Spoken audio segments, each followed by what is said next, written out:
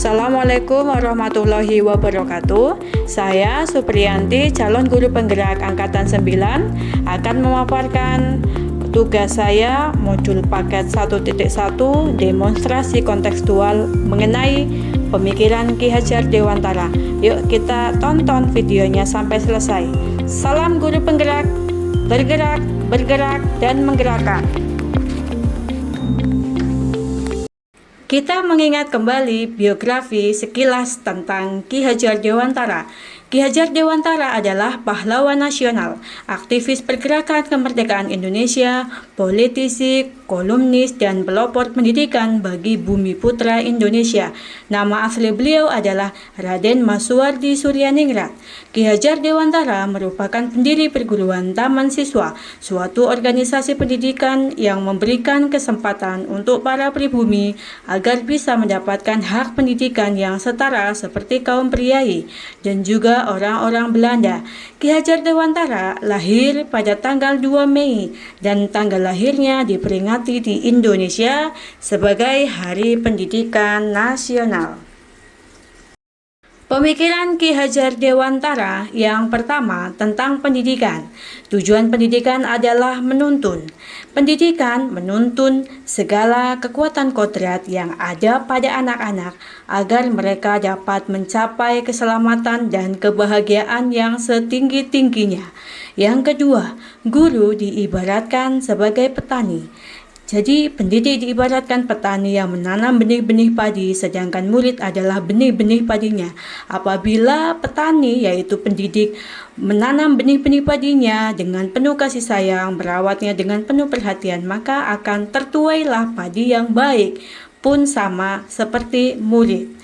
Yang ketiga, sesuai dengan kodrat alam dan kodrat zaman.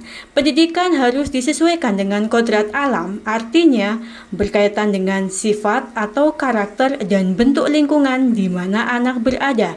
Sedangkan pendidikan harus sesuai dengan kodrat zaman, artinya harus disesuaikan dengan perkembangan zaman. Yang keempat, budi pekerti, watak, dan karakter. Pendidikan tidak hanya mempersiapkan siswa untuk menguasai ilmu pengetahuan saja, tetapi juga untuk mengembangkan budi pekerti dan karakter anak yang baik. Yang kelima, pendidikan yang berpihak pada murid. Artinya, pembelajaran sepenuhnya berpihak pada murid untuk mengembangkan bakat, minat, dan potensinya. Kemudian yang keenam, pembelajaran berbasis budaya. Kebudayaan adalah bagian dari pendidikan. Tidak ada kebudayaan tanpa pendidikan, begitu juga praksis pendidikan tidaklah stagnan, melainkan selalu berkembang dengan lingkup kebudayaan. Bagaimana peran guru dalam mengimplementasikan pembelajaran sesuai dengan pemikiran Ki Hajar Dewantara? Dasar tindakan guru dalam menuntun murid adalah trilogi pendidikan.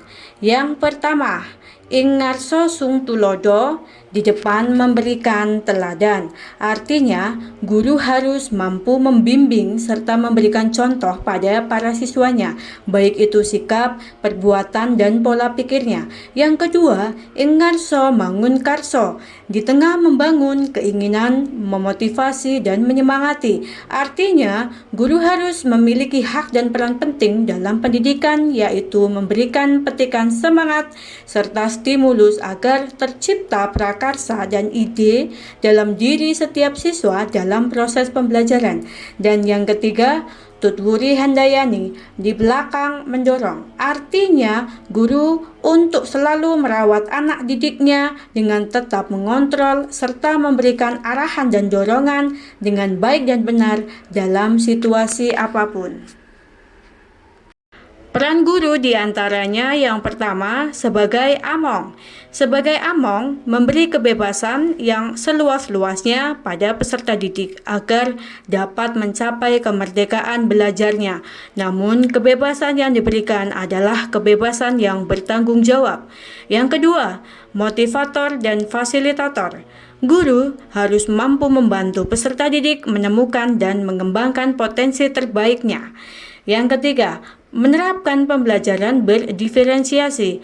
Guru harus mampu merencanakan dan melaksanakan pembelajaran dengan model pembelajaran yang berdiferensiasi, disesuaikan dengan kodrat alam dan zaman, serta pembelajaran yang menyenangkan dan berpihak pada murid.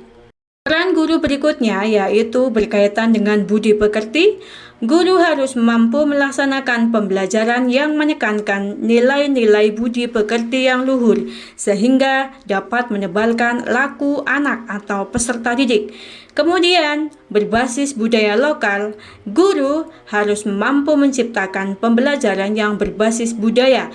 Pembelajaran berbasis budaya adalah pembelajaran yang memanfaatkan lingkungan sosial budaya setempat sebagai sumber belajar. Dengan memanfaatkan lingkungan sekitar, berarti telah mengajak siswa untuk mengimplementasikan ilmu pengetahuan dalam kehidupan sehari-hari. Dengan demikian, pembelajaran menjadi lebih bermakna.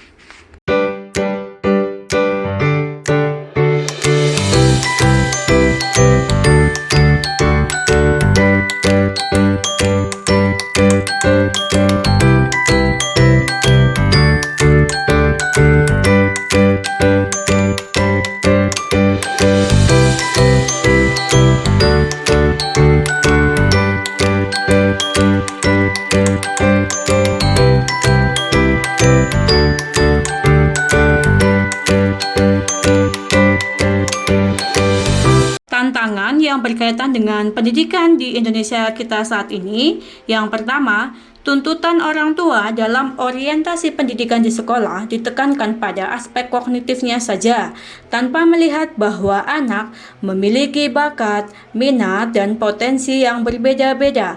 Solusinya adalah warga sekolah menyepakati bersama bahwa orientasi pendidikan di sekolah berdasarkan kebutuhan dan potensi murid, serta melaksanakan program pertemuan antar komite sekolah, orang tua murid, dan guru.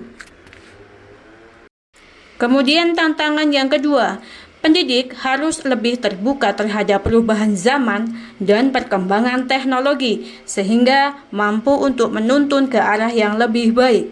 Solusinya adalah guru harus senantiasa mengembangkan dirinya melalui kegiatan pengembangan diri, yakni mengikuti pelatihan seperti webinar, workshop, baik offline maupun online, serta aktif mengikuti kegiatan pertemuan kelompok kerja guru.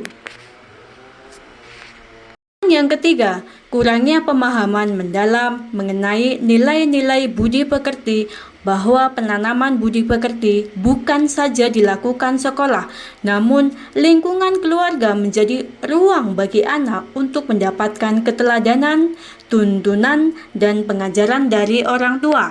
Solusinya adalah melaksanakan program pertemuan antara orang tua murid dan guru, menyelenggarakan pendidikan orang tua sekaligus menyelaraskan pemikiran dan pemahaman tentang pendidikan budi pekerti.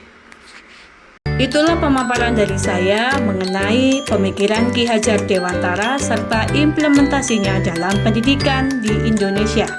Terima kasih. Salam semangat Ibu dan Bapak Guru hebat. Wassalamualaikum warahmatullahi wabarakatuh.